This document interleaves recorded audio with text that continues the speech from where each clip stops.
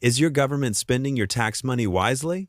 Every month, an average family does the same calculation: rent or mortgage, groceries, electricity, gas, insurance, childcare, maybe a car payment or medical bill, and hopefully something left for savings. Then they look at their paycheck. The salary number looked pretty good. The amount that reached their bank account looks different. Taxes have already taken their share, and sooner or later, someone asks, am I getting good value for the taxes I'm paying?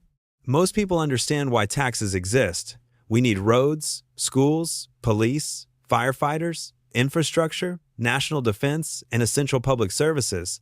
You aren't going to build your own highway to work. Your neighborhood isn't going to buy its own fire engine. Some things only work when millions of people contribute together. So the real debate isn't, should we pay taxes? It's, is the government spending that money wisely? Imagine the same family. Groceries cost more. Rent has gone up. Insurance is more expensive.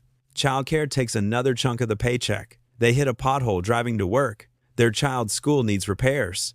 Then they hear about another government project costing billions. Their natural reaction might be, if the government is spending all this money, why does everyday life still feel so difficult? But there's another side. Governments operate enormous systems. Infrastructure, healthcare, defense, pensions, transportation, and emergency services cost extraordinary amounts of money. And some important government spending is practically invisible. Nobody wakes up celebrating because the sewage system worked overnight. Nobody calls a friend and says, "Great news, the bridge didn't collapse today." When public systems work, we barely notice them. We notice them when they fail. So perhaps taxpayers receive more value than they immediately recognize. Still, there's a fair question. Does everything have to cost so much? Imagine a family renovating its kitchen. They have a $10,000 budget. They compare prices and watch every dollar. If the project suddenly costs $25,000, they have a serious problem. Governments work differently. They collect taxes, borrow money, and invest in projects that may last for decades. Borrowing isn't automatically irresponsible. A bridge might cost a fortune today but serve millions for 50 years. Education can strengthen the future workforce. Preventive healthcare may reduce larger costs later. Sometimes spending today really can save money tomorrow. But spending money and spending money well are not the same thing. Projects can run over budget. Programs can become inefficient. Agencies can duplicate work. And sometimes governments fund projects whose value taxpayers may question. A parent may hear about an expensive new project and think, that's impressive, but why does my child's school still need repairs? A commuter may hear about a 20-year transportation plan and think, fine, but can you make my train arrive on time tomorrow? And that creates a difficult question. Should government make life easier today or invest in preparing for tomorrow? Scientific research may not lower your grocery bill this week, but it could transform medicine years from now. Infrastructure can take years to produce benefits. Defense spending may seem excessive during peaceful times, but become critical during a serious threat. Preparing for disasters can look unnecessary until one happens. But long-term investment isn't automatically good investment. Projects can fail. Costs can exceed estimates. Programs can continue even when results are disappointing. And when public money is wasted, taxpayers ultimately share the cost. That's where accountability becomes important. Government budgets and spending information are generally publicly available in many countries. The information isn't necessarily hidden, but government finances can be enormous, complicated, and difficult for the average taxpayer to understand. Imagine receiving a simple annual summary. Here's approximately how government spending was divided: education, healthcare, infrastructure, defense, retirement programs, public safety, government operations, interest on debt. No hundreds of pages. No complicated budget language.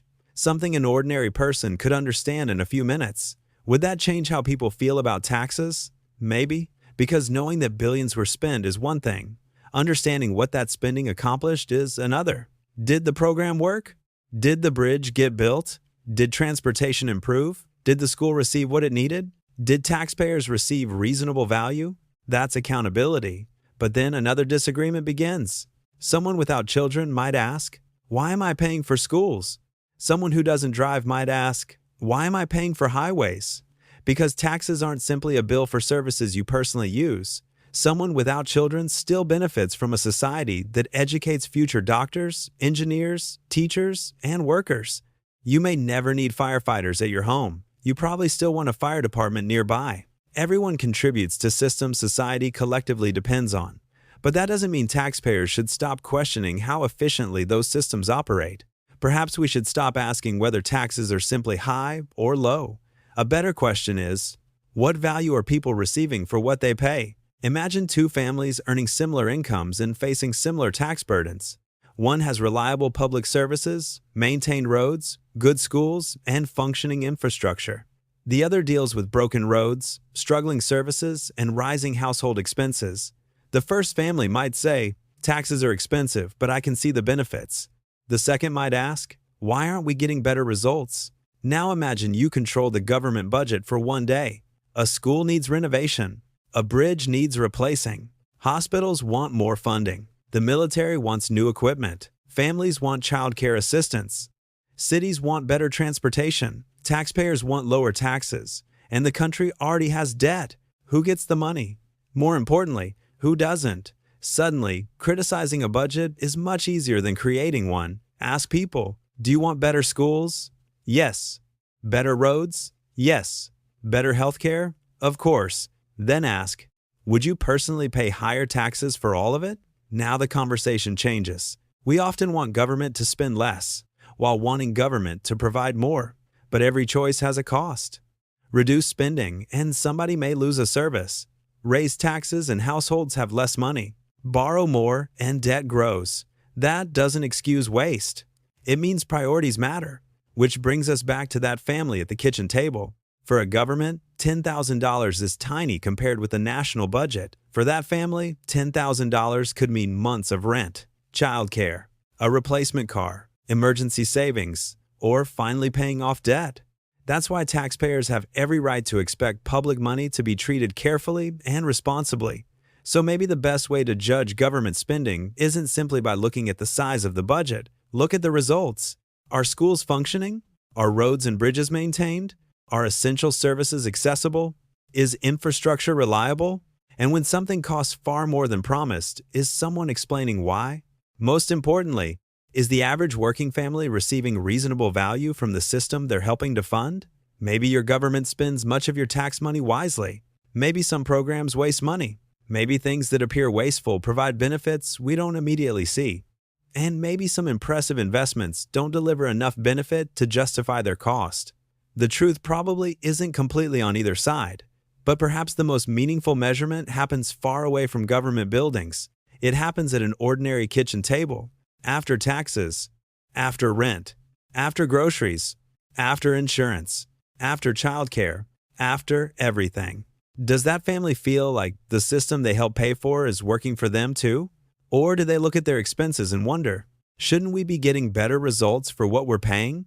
So here's the debate. Is your government spending your tax money wisely? If you controlled the budget, what would you spend more on? And here's the harder question. What would you cut to pay for it? Tell us in the comments. And if you enjoy thought-provoking stories about everyday human life, like, subscribe, and share.